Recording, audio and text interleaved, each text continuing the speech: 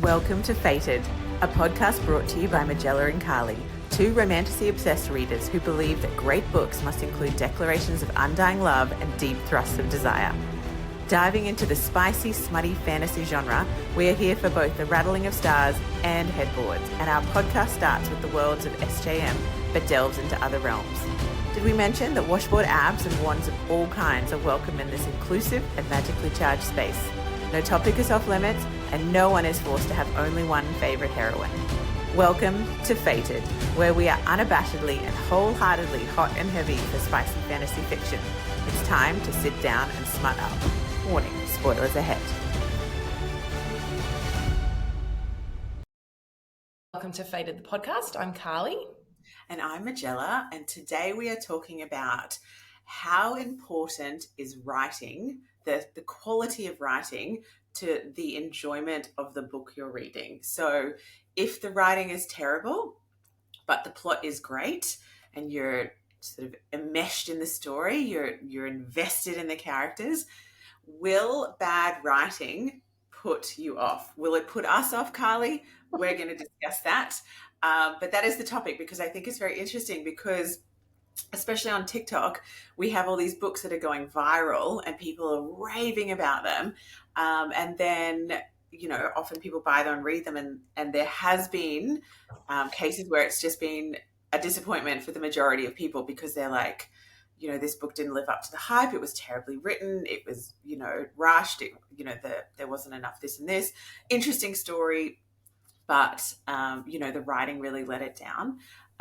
So I thought it would be such an interesting topic to discuss, how influenced both of us are by the standard of writing, because neither of us are literary snobs. We are open and willing to try all genres. We are a little bit entrenched in one particular genre right now, but I think we could say, Carly, that both of us are open to different styles, different lengths of book, different points of view. So I wanted to discuss and find out how important is this to our enjoyment. And then we would love to hear, if you're listening, how much does it impact you? Will you literally put a book down and not finish if the commas are in the wrong spot, or if the sentence construction is a bit shoddy? Where do you sit on that kind of literary standard line? But first, Carly, I want to know, what are you reading? Well, Air of Fire is complete. If you've been listening to the last few episodes, you'll be like, finally. And I loved it. So I'm really excited to move on to Queen of Shadows. Is that next? I think that's next. But what I've done in between is picked up a little rom-com, because one of my favourite romance writers has dropped the 5th book in a series. Of course, it's a hockey romance, so I'm very excited. I'm reading He's Not My Type by Megan Quinn. And I have to say, I might share a little bit today in the episode of like the difference when you come out of a fantasy world. I'm really starting to notice now, coming back into normal romance. But I'm reading that. Am I reading anything else? I've usually got 2 or 3 on the go, but no, I think that's it for me. I feel like there was a autobiography. I was stalking your Goodreads yesterday, so I was like... So I have been reading American Dirt for about 5 months, and I found it's amazing, but I found it really harrowing. I don't know if anyone's read it. I've got it in front of me because it's part of my summer reading list. I really want to get it finished. Janine Cummins, American Dirt. It's incredible, but it's very harrowing, and it's about a mother and her 8-9-year-old son. And I had to put it down because I was being very affected by it. And then I went into Throne of Glass, so I just haven't got back to it. So I've got about 100 pages there. So if you follow me on Goodreads, I will have multiple books up the top currently reading. And you'll be thinking some of them have been up there for months, and that's true. So sometimes I do put things down and come back. And we'll talk about that in this subject today, this topic we want to talk about, like when that happens. Sometimes I have to put things down and maybe come back and maybe just DNF them. But currently today on my Kindle, He's Not My Type. That's where I'm at. What about you? What's on the book agenda today? Well, I have downloaded about 5 books from my TikTok scrolling. Um, but I just haven't. I'm excited to start them, but I haven't felt the pull Hmm. towards one in particular yet. And I also needed to check with you what is on our summer Yeah. reading list to make sure that I wasn't jumping ahead or missing out on something that we are going to discuss in the new year. Hmm. But I've actually gone back for a bit of a comfort reread, and I'm back doing Akatar. So finished A Court of Thorns, and I'm on to A Court of Mist and Fury, which is obviously the best.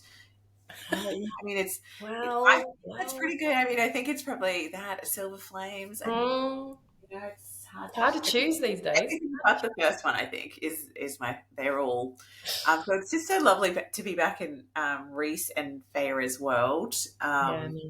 With Cassian and Adriel, especially because there's that hype building because SJ Mass is releasing the third Crescent City in January, and then the book that's coming out after that, which hopefully, surely will, be within 6 months, is the next Akatar book, number 6, which everyone is saying is going to be about Elaine. It'll be Elaine's book with Azriel and Lucian.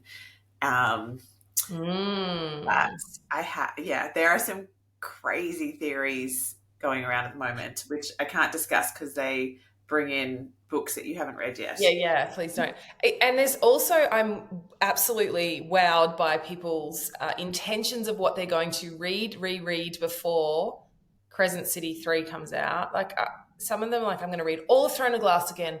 I'm going to read the two Crescent Cities again, all before January. It's like, are you going to have a life, eat, spend Christmas with your family? Like, what are you doing? Pretty Yeah, impressive. Very big goals there. I Um, also sorry, go. no, I was just going to say, I do have Crescent City 1 and 2 here. I'm like, do I jump to that? But no, no, Carly. This is my sort of ADHD with books is like, I'll do that and I'll do that. And I think I can devour more than I can. So I'm just going to stick with Throne of Glass. I'm just going to stay there. And also, Crescent City is a whole different beast. I Yes. do feel like it really requires for that first, I would say, almost third of the book. You have to really, you can't put it down because it is so detail and data heavy that if you put it down and lose that kind of like momentum and connection, Yeah. it becomes almost impossible. You have to sort of be like, who is that person again? What do they do? Yeah. Who are And my they? brain is so full of Aylin's world at the moment that I just stick with that. Yes. And it's just, I mean, from here, it just gets faster and Oh more my intense gosh. and just so much. Are you going to do the tandem read? Are you doing the tandem Well, read? I was going to ask for your professional opinion on this. Um, I mean, I've still got Queen of Shadows to go, and then I'm like, do I do it? Did you tandem? No, because No. I didn't even know that concept when Yeah, I read okay. that. Like I I'm just I'm feeling smashed. like I will because another girl at work the other day said that she's read them and she's like she didn't think she would read, oh gosh, Tower of Dawn, is it? No. She didn't she found that she would have found sorry, I can't even talk. Tower of Dawn blur boring if she hadn't done the tandem or something. I think Tower of Dawn is the one that focuses on Kale. Ah, that's maybe why. So Okay. like because there's multiple continents and her group is getting bigger and bigger. Yeah. And you'll see why they all obviously um, interweave. But it was a really it was similar to Assassin's Blade in that it almost was like the same world, but felt very Just different again, or yeah. different Inside. focus, like on characters and like you could get really attached to that little central group that she's in, and Yeah. then suddenly being like in a different POV, Yeah, okay. which is why I I'm think just doing it I'm just thinking helps. logistically as well. Like, how I go carry two books around then? I mean, that's why I have them all on Kindle. It's That would very be so lucky. funny because I often read, at the library or at the park or, while the kids are playing sport or something like that. And like, we like people watching me like flicking. I'm flicking between. What is she doing? She's picking that one up. She's picking that one up. I don't know. Anyway, I think I'll do the tandem read. My gut is saying that I'll do that. So, but let's get Queen of Shadows first. Let's get into that. Can you see I'm like I'm so excited about my summer reading, which we'll do another episode on. But also when I look at the pile, I'm like, oh God. That's It's so oh, interesting because isn't I it? was watching a video yesterday of someone saying, like, kind of doing a, you know, a bluff kind of where she's like, it's just not healthy to spend all your time reading. It's just not healthy to Oh, um, rush through all the books. It's just not healthy. And then at the end of it, she was like, so how do we make this normal? How do we normalize this? How do we make this healthy? And I was just reading through the comments because lots of people were like, oh my God, the fury that I felt when you were starting this. And I was like, what do you mean it's not normal? It's not healthy? But a lot of the comments were also talking about how many books people read, as in, like, because some of the comments, some of the things she said were, it's not normal to spend hours every day reading. It's not normal to want to to like want to stay home rather than socialize. It's not normal to blah blah blah. And there is an element of truth in that. Like, if you are only sitting at home reading and you are not socializing at all, I think there is definitely an imbalance that is possible. But I think everyone has a different balance point. So an introvert may need or find it very healthy to be reading for 6 hours a day, socializing for one, yeah. and someone else might need to be out for most of the day and reading for one. So I think there should be no judgment there. It just was in the comments when people started to justify their reading behavior, and sort of almost like boasting about the amount of books that they had read this year. So, a big target on Goodreads seems to be 52 books because that's one a week.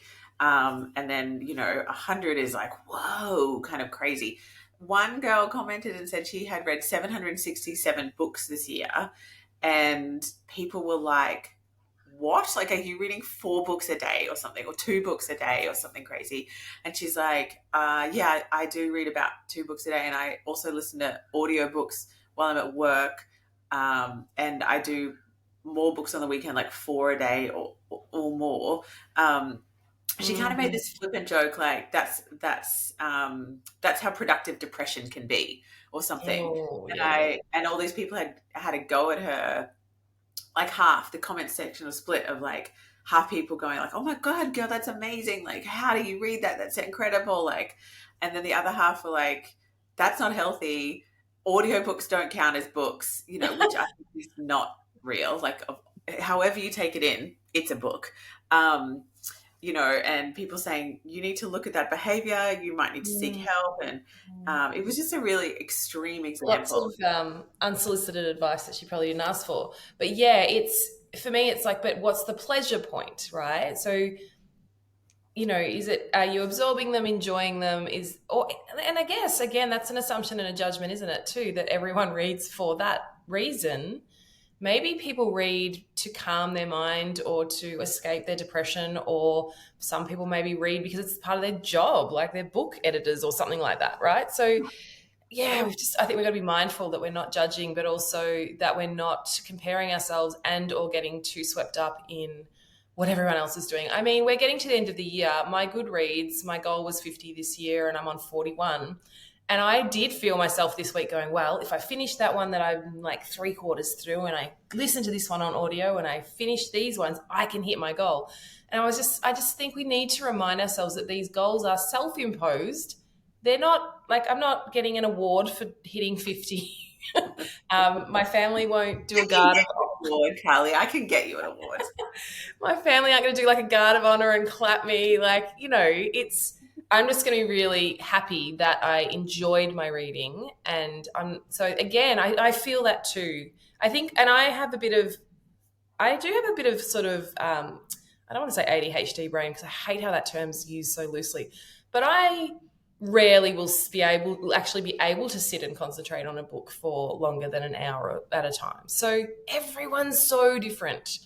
Um, but yeah, I guess that segues into our topic for the day as well. But Yes, we went on a tangent there, a yeah, we slight did, sorry. tangent. A whole intro into our writing versus. She's always like, this will be a 20-minute episode. I'm like, well, we're 14 minutes in. So let's talk about writing. But yeah, I guess I do really want our listeners to hear that. Like, if you're on this side of the world, book talk world, where you're like, oh, even 10 a year is amazing for me and I'm enjoying it, then stay there. Stay there. Don't compare yourself. What is normal anyway? What is normal anyway? We're not All here right. for the numbers or the accolades or the Oh, accomplishments. We're here for like sheer reading pleasure, that's right. whatever that looks That's, like it doesn't need for to you. get competitive. We don't need another competitive thing in our lives or something else to compare ourselves around. This is for joy. All right, let's go. Quality writing. So I was like, okay, quality writing versus an epic plot. And my first reaction was, I want both. Thank you very much. But that obviously doesn't always happen. But I think this is such a subjective question to ask. It's such a subjective experience. Um, and for me, when I'm picking up a book and I'm wanting to dive in, enjoy it, experience it, it really does depend on my mood and my intention, I guess, of reading. So I have a lot of romance, fluffy, easy read romance on my Kindle, on my bookshelf behind me.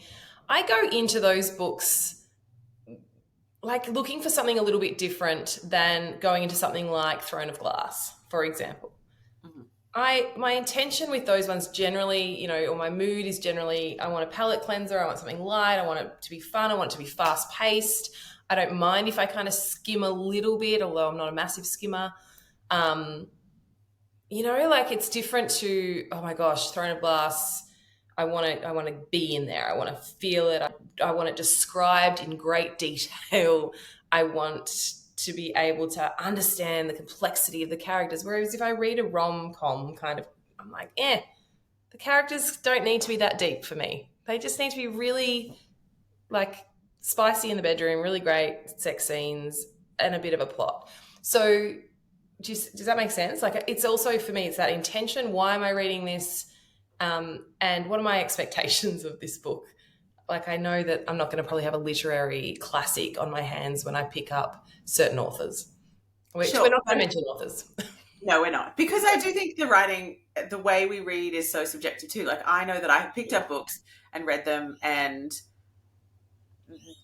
kind of plowed through it because I was just like swept along on this journey with the characters and what I was feeling, and it was a new world or something. And then afterwards, when I've seen reviews, people are like, oh my god, this writing was atrocious. Like, Yeah. and I think that especially said out loud, if I was reading the book out loud to myself, I think that is a very fast way to determine how bad some writing is, because you start listening to it and you're like, oh, this sounds really juvenile or clunky, or the Yeah. dialogue is terrible, or the dialogue is okay, but everything else is terrible. But I think that with the, when it, I'm seeking to be swept up in the book. And so it, I think for me, writing becomes secondary if I'm invested in the characters, in the world, in what's Mhm. happening. If I'm not invested, then it's like I become much more aware of, the Yeah. writing aspect of it. And then I will know. And even then, if it goes the other way too, like if the writing is incredible, but I'm a bit like, I don't really care about any of these people, or like, I wonder if anything is going to happen. Um, I feel like the writing won't save me, won't give me the Mm. overall reading experience I'm seeking, because I'm not seeking like Pulitzer Prize winning dialogue. I am seeking an experience. And so if that award winning dialogue gets me to the experience, the reader experience that I'm seeking, excellent. Chef's Yeah. kiss, bravo. If, the sentence construction, if sometimes it's not even proper English, but I am feeling something euphoric, heartbroken, on the edge of my seat. If I cannot wait for the next, I'm getting through. Like, honestly, my reading, the writing standard could be woeful. Yeah. But I do want to ask: have you ever cringed, like been reading something and cringed and really noticed that Yeah. it was Yeah. bad, Yeah. and then did you stop or did you keep going because the plot pulled you forward? Yeah. So I was thinking back over some of the books that I read this year and didn't finish. I was like, why didn't I finish that? Why did I put that down? And they were generally the books that, I don't know if you've done this on a couple of times a year on Kindle, they have Stuff Your Kindle Days and they have lists of free books that you can just put on your Kindle. So I usually go in and put like 10 different books on there. I have to say a lot of them I've never finished and a lot of them I've gone and gone, like, it's that terrible that I can't. And I actually feel really bad because I'm like, good on this person for writing a book, like amazing. But yeah, there's been a few this year.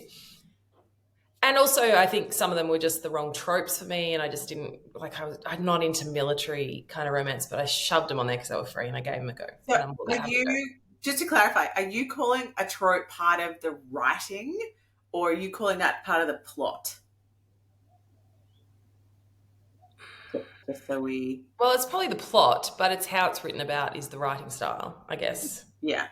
Like if it's so interesting because I love certain romance authors and certain fantasy romance authors, and they could write about a trope, let's say military or whatever, or older man, and I could be like, I don't care, it's this writer and she's amazing and I love it, and then I could read it in someone else's and be no. So I'm not yet very articulate, I guess, on exactly what it is. I put down some stuff, which I'll go through with you, about what keeps me excited. But I just podcast notes. To go in my podcast notes because I have to be prepared.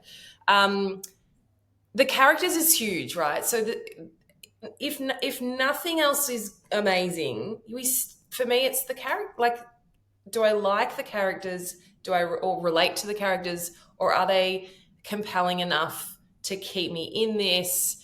I really need that character-driven writing and plot.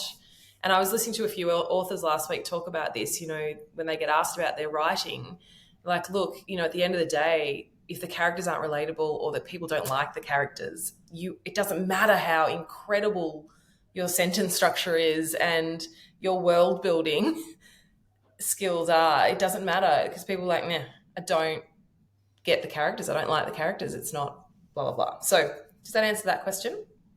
I guess a little bit. Then I guess we could also delve in and say that, like, the way the characters are written is what creates the characters. So in the end, like, it is still kind of the writing. I mean, it all kind of comes back to, because you could have the most incredible idea and if you can't convey it, so it's like, but I do think there's been a couple of books where and one of them I didn't finish, the second one, and I wanted to because I really liked the story. I really enjoyed big parts of the character's journey, but just the way the romance within this fantasy was written about, it just went from like the enemies to lovers was so short. Like, it was like, I hate you, I hate you. Oh my God, I'm in love with you now. Oh my God, yes, I will die for you. And I was like, I felt like it was literally like whiplash. And I was like, what?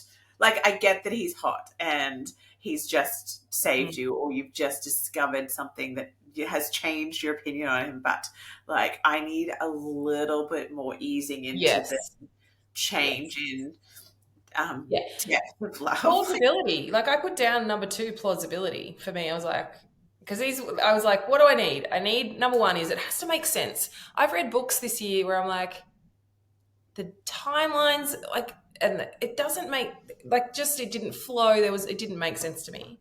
And I got lost, too lost. Now, I know in fantasy romance you can get lost. I know that you can be like, who is that person and where are they from and what can they do? I know that. But that's different to me of like a storyline, plot line, pacing that just is jarring or does feel like whiplash. So I need to be able to understand it. It needs to make sense and I need to not get lost. But number 2 was plausibility. Like, yes, it's fantasy, but I don't know. There's still a level of plausibility that I require in my books. That sounds so silly when I say that because this is a made up world, but I have no attachment to plausibility. I'm just thinking back to some of the books And I remember describing the plot to my partner, like I'd be reading and he's like, what are you reading? And I try and like describe either the scene or kind of like a broad sweeping arc of sort of the story. And I'd be like, um, this sounds stupid. And it really doesn't, a lot of this doesn't line up, but I haven't noticed that until I've tried to articulate it to Yeah, someone. and that's Um, great writing, I think. and I think you know the person I'm speaking of, but like I devoured a particular author's books, all of them. So, multiple series. They were very, very easy to read. But, um, Then you when know, I read one, I was like, what is this? but I feel like it's the for me, it's like the doorway to get into that world is so easy to walk through, and so Yeah, for me, I'm in there, and I think that I find it easy to fill in gaps. I was like, if it doesn't make sense. If I'm not getting enough information from the book, I'm just filling it in myself. I'm putting in whatever I think that world needs. So I think there's a little bit of world building happening in my yeah, own head yeah. because they've just given me the structure. They've kind of given me the characters, where this is going, some great like heat to get it all moving, and then I'm just like, yeah, yeah, that's fine. This could happen over here, and then, but also I don't really care if that doesn't happen because like I know that eventually Yeah. in the next few pages we're going Maybe, to end back in like some maybe kind like of when I talk about plausibility, I don't mean like reality, because I know that anything is possible in these worlds. I guess it's more as you get into series or you get deeper into books and you know the characters, would they do that? You know, when the character does something and you're like, hey, Feyre wouldn't do that. Then you can kind of lose me in that way. I guess because it Um, almost feels like then does the author even know the character? Like we're that's invested in right. this character. We know this character. We know that they would not do that because that goes against things that they've said previously or something that they feel passionately about or that's someone that they are sworn enemies with and it's not an enemies to lover trope. It's just a straight up like there's a Yeah, plot hole and you've just decided to create a friendship because that bridges something and we're not here for that's it. right. As a reader, you get a sense of, yeah, this isn't actually flowing, or you've added this in for some reason. Maybe your editor suggested it, or there's something missing that I can feel like you had in there that was taken out. And I think that does, for me, writing wise, obviously, we've got Sarah J. Maas's world. I think she's a cut above because she knows and loves and lives with her characters in her mind, soul, cells. And you can tell that in the writing. Um, You can. Whereas, we do have a lot of fast fashion in book world right now where people are just pumping out books and you can tell. You can tell an author that's lived with their characters, knows their characters inside and out. Um, Yes. but Um, again, I'm okay if it's a light, quick, easy, as long as my sure. intention and the way I engage with that book is a little bit different.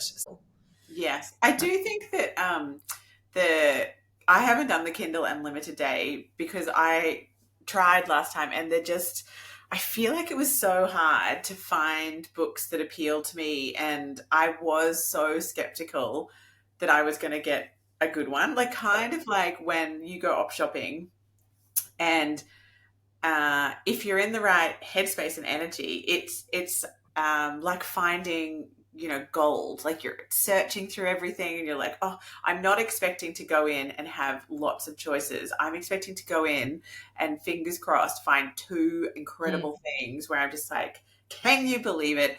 I found a vintage Chanel jacket, or I found a pair of leather loafers in the box, where you're just a bit like, this doesn't happen. This is amazing.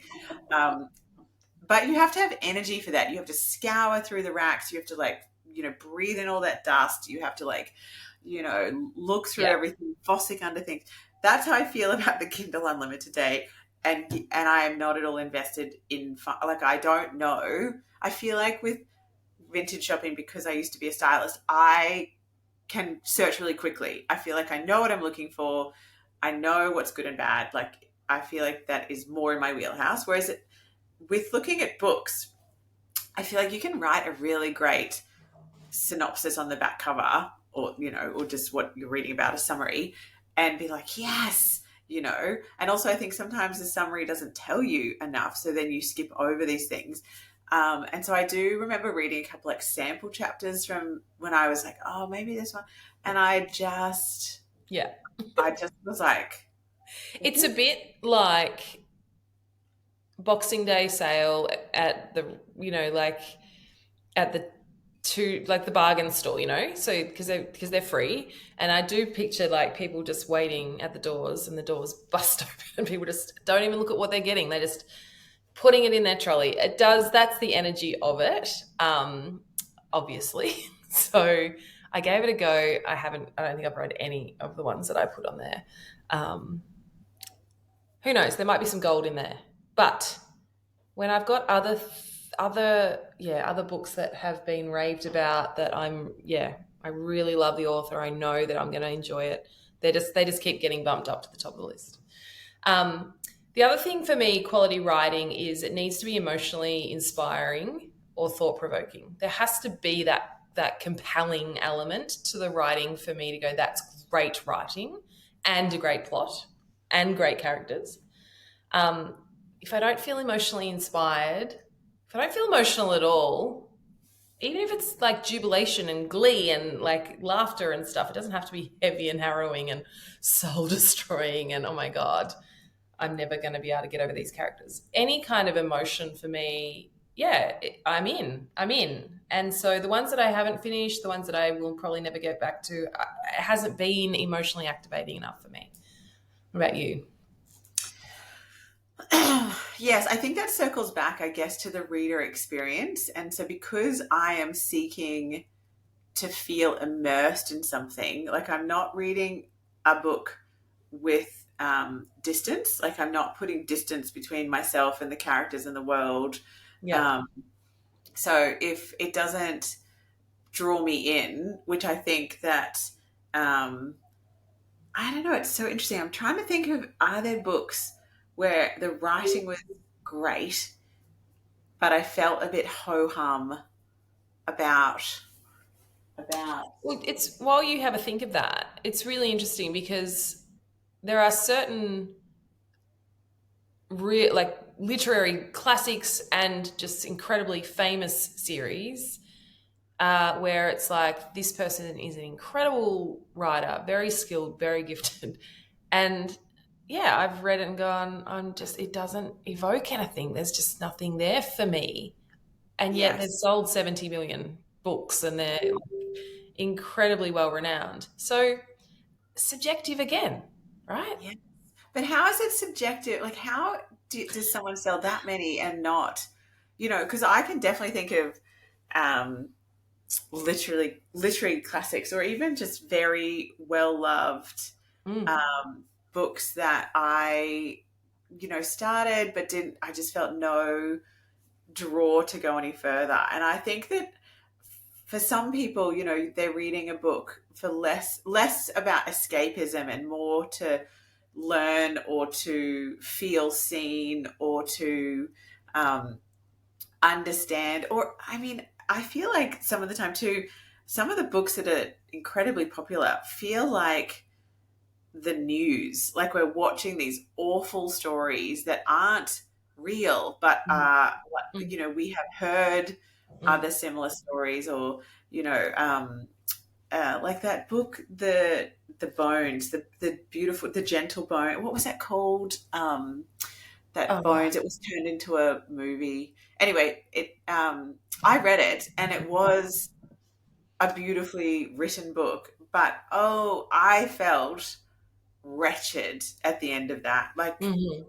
I mean, there is something to be said on going on a journey where you learn and then you have your heart broken because it is so real. And I Mhm. think that that is why I'm sitting in the romantasy genre, because I don't want to experience pain that feels like it is happening in the real world Yeah. all the time. I can't prevent it. Whereas, Yeah. like, when someone is, you know, having an issue in a fairy realm, like, I can't go in and prevent that war. I can't Yeah. stop Yeah. that torture. Yeah. Um, but, um, you Whereas know, I love real world harrowing, awful, like heart but again, it has to be not bland. I just kind of like just some of these big, really famous books that I've read, like, the big doorstop, like, the ones that if you've read them, you are a true reader. Because there's also that, right? Like, oh, I'll Yes. read them to say I've read them. Yes. Um, the hundred greatest books of all time. Make sure I've read all of them. Like some of them, I'm just like, oh my god, like I just can't. It's like Yeah. pulling teeth. That would be so interesting. I feel like if we did that, Do I most. say Harry Potter's in that mix with me? No, I won't say that. Oh no, I won't say that, Magella. I'll get cranky. That's okay. I do But feel like surely you could give. If you're gonna read Manacles, I you have nearly bought them. I nearly bought them the other day when I was Christmas shopping. I was like, do I just give them another go? It's been a good 15 years.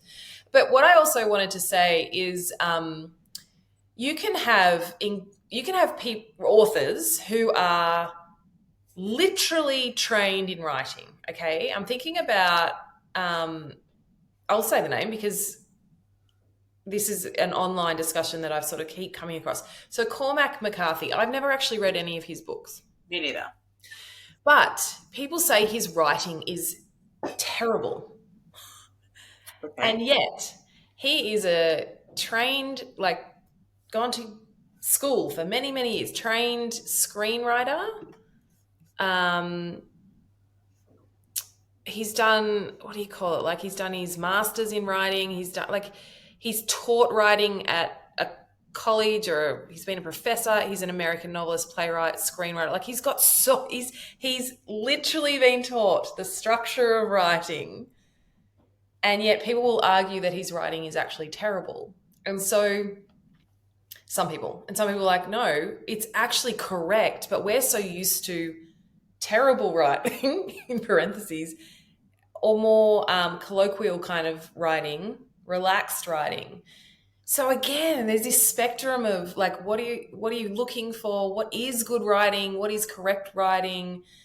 For me, I don't want to have to trudge through a book, even if it's grammatically correct and really, like, as I said, correct sentence structure. I would rather read a sentence that's not so grammatically correct and perfect, and it evokes something. So yeah, that's an interesting Reddit thread that I got into the other day about Cormac McCarthy. I haven't read any of his stuff, as I said, but people were trashing his writing, and people were like, hang on, he's actually a screenwriter and a professional. Like, he's incredibly skilled. He knows how to write a paragraph. Interesting. Is good writing fixed? Like, because I was just having a quick scroll through the 100 best fiction books of all time, and I think I probably read 10%.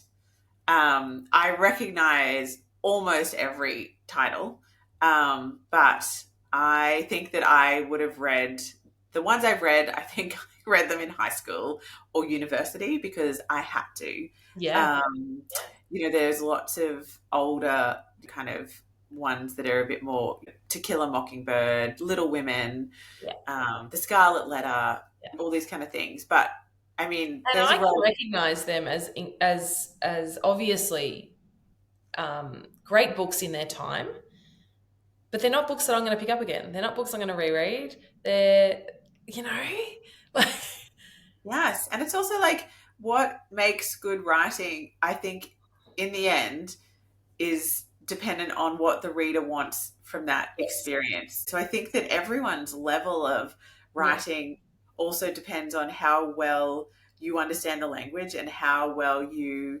because I do think, like, especially in, like, when I studied journalism, the sentence construction is geared to be short, short, direct, to the point, especially in, news type journalism versus editorial style. But even then, I have a tendency to run long in my sentences.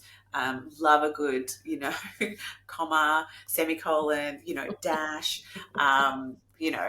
But I remember when I studied sales and marketing, and I just remember the person saying, you want to write at the level that a 6-year-old could understand. And so I think that's really interesting too, how much of writing is sometimes seeking a complexity that's unnecessary. And if you come back to, if you're writing a book for a user, like a reader experience, wouldn't you want the writing to be as readable, as consumable as possible? So interesting though. Again, I think it fits the genre and what you expect. So when I read my fluffy rom-coms, I don't expect long, flowery sentences. I just don't, and it's okay. But something that I know I'm going into to really lose myself escape in, yeah, I do. I want more. I do. I want more flowing. I want more semicolons and commas and descriptive kind of wording. You know what I mean? Like, I think there for me, I just kept coming back to what's my expectation of what I'm picking up? What mood am I in? What am I wanting to, how deep am I wanting to go? Um, one of the key things though that kept coming up for me when I was reflecting on this was pacing, and the writing does need to still for me move. I don't want to spend 6 chapters going over and over and over and over and over the same thing, So it must be tricky. It must be tricky as a writer to find the balance. Who am I writing for? Who are the kinds of people that are going to read this? Where's the tipping balance here for complexity? Like, how structured does it need to be? How colloquial and more relaxed can I get? Like, right? And even I'm trying to write a couple of little romance novels at the moment, and I find myself saying to myself, like, oh, I need to go into this in greater depth. This needs to be more complex. This is too, I don't know, wishy-washy. This is too light and fluffy. And I'm like, Carly, you're writing a romance. People really just want a bit of a plot, some characters they kind of like, a bit of banter. They want the slow burn. They just want epic, cool sex scenes that make them hot. Like, it doesn't have to be a Tolstoy or a Tolkien or, a J.K. Rowling. So expectation and genre, but pacing is important. We don't want it too fast. We don't want whiplash like you had with that. I really admire writers that put their work out there in the world, no matter what. Even if it's fan fiction, it's on Wattpad. I'm like, good on you for writing some words on a page and having the gumption to put it out there in the world. And that is why I don't write scathing reviews of people's books. I'm not here to, we're not going to do episodes saying we hated these books and this author's terrible, because it's just so subjective. And something that I love, Magella will not love, and something Magella loves, I will be very confused by. So, so they're kind of the key points, I think, for me. It needs to make sense. I need to be sort of swept up in some way. It needs to be emotionally inspiring. There needs to be some pacing and plot moving forward, some characters that I like. And some surprise is good too. I don't mind a bit of like, oh, didn't see that coming, or oh, didn't look at it from that angle. That keeps me excited too. Yeah. It is interesting. I think if we separate plot and writing, just in a really black and white way, I feel like in a nutshell, I think plot will win out for me, because for plot is character, it is the world, it is everything. And if the writing is a little bit, subpar, or, if I skim a bit, but if I can still feel like I'm in that world, oh my God, what's this character going to do? Oh my God, they did this. Like, that will win for me over average writing or, subpar writing. But I mean, if it's so terrible that it makes no sense, I feel like that, obviously that's a no-brainer, that the writing then impacts the plot. Anything that impacts the plot is going to impact my reader experience. Flipped it though, it could be the best writing in the world, and if I don't feel connected to the plot, the characters, what's happening, the world, I don't care. Right. I don't care. I might notice a sentence to be like, man, that is beautifully written. But generally, when I think that, it's because it's beautifully written about something I have a connection to. That's it's very rare that I would be like, that sentence, just the way it is constructed is so, maybe out of context of the book, if I had just read a sentence and it was beautifully written. But for me, the writing is so much more than the grammar, the sentence construction, the pacing, the word choice, all those kind of things. It is. So for me, if we had to put a vote out, it was like, would I read it if it was badly written but had a great plot? I would, like Yeah, I would. they're so interwoven. It's tricky. Even as we're doing this episode, I'm like, oh, that's plot though, Carly. But it is. They are a marriage. I agree with you. I am not reading my books with a red pen looking for typos and grammatical errors.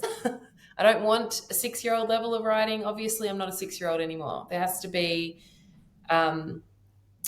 good enough writing to keep me actually flowing across the page. So I agree. Well, I think that was an interesting episode to discuss. I would love to know what other people, because I do know that there are people who are so passionate about the standard of writing, or Yes. what it really turns them off. I feel like this episode was good writing versus bad sort of thing. Like, how important is it versus particular authors' styles of writing? It would be so interesting for another episode to talk about the author styles that we really find ourselves repelled by, and why, or very drawn to, and why. Because there hasn't been many yet in the romantasy genre where I felt repelled by the way the author's writing style. I think that would be something that we could Okay. discuss. They always come out of our episodes with 10 other episodes that we're going to do, which is great. I'll add that to the list. That's right. Now, what about a line? I just was reading this little bit of dialogue, and it's. I'll just read it to you. It says, "Of course, he picked up the brown bag of candy on the table. What's your?" He trailed off as he weighed the bag in his hands. "Didn't I give you 3 pounds of candy?" She smiled impishly. "You ate half the bag. Was I supposed to save it? I would have liked some. You never told me that. Because I didn't expect you to consume all of it before breakfast." She snatched the bag from him and put it on the table. "Well, that just shows poor judgment on your part, doesn't it?" Like, it's Yeah. this, it's But nothing. It's not a complicated, it's just this really like light banter that instantly puts me in the room with those two people. And I go, oh my God. yes.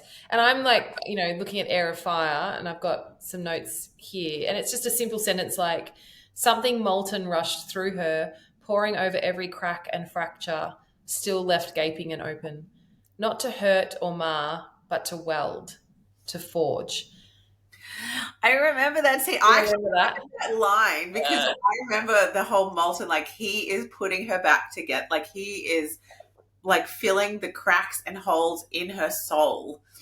But if I read that to anyone else, it'd be like, oh, it's a nice line. But because it's connected to character and plot and the world that we've been And introduced what to, she's just gone through. so Yeah. it's still a beautifully written line, but it means more, obviously, because of the plot and the characters. So, yeah, it's anyway. There's a couple of lines that we love, and there's some lines in Akatar that are about the describing the scene, like Valaris and stuff. That I just they paint the picture and put me there. They evoke something, a desire to be in Valaris or something. So yes. Anyway, favorite lines. So again, subjective. My favorite lines might be really different to other people's favorite lines, so that they just skimmed over that and went, that doesn't even maybe grammatically make sense. All right, wonderful. We must away. Yeah. We must away. Yes, we'd love to hear. The kind of level of writing, but again, it's just so subjective that people. Yes. Love. Well, you know what? We would love if you secretly sent us books like that you couldn't finish, because we love to know, like, just for our own, kind of macabre, to see. This is also sometimes why I'm hesitant to recommend books to some people, maybe more in my personal life, because I'm like, oh, but I loved it. Doesn't mean you're going to love it. So it's okay if you don't want to finish it. I won't be offended, and it won't make me love it any less. I'll just have it back and reread it. I think there are some great TikTok videos that I've noticed where people are like, they do that trend, which is like unpopular opinion. Like, I didn't love this book, or like, I mean, for you, it would be, I didn't read Harry Potter. Like, that would be an unpopular opinion where people would just be like, what? But also, and I've mentioned this on a previous episode, I just can't read Colleen Hoover's, and yet she's a New York Times multiple bestseller for multiple books. She's got 16 books in the top 100 or something. Like, cool, great. That's okay. No shade to her, but just not my kind of writing. I just couldn't get into it. So that's okay. We don't yuck other people's yums. That's what I'm trying to say. It's all good. Just move on to another author. There's plenty to read. All right. I hope you enjoyed this episode. As I said, please let us know. Please review. Please follow us. Please like and engage. We're starting to get to the point where we're like, okay, what are we going to record next year? Mm-hmm. And we'd love your input. Great. But yeah, I will talk to you soon, Madge. Yes. Okay. See ya. Bye. Thank you so much for listening. We hope that you felt like you were eavesdropping on a conversation that you have been dying to have with someone to discuss all the tiny details and possible plot twists of the books that you've recently read. Perhaps you don't have someone to chat to after you finish one of those epic books, so please give the show a follow and we would be honoured to be your book-obsessed friends. But mostly though, we hope it was fun, it gave you a giggle, it made you gasp or encourage you to pick up a different author. Please share it with someone who you think would also love it. And drop us a review, letting us know what you loved and what you want to hear from us in the future. We will be back with another episode soon. Happy reading.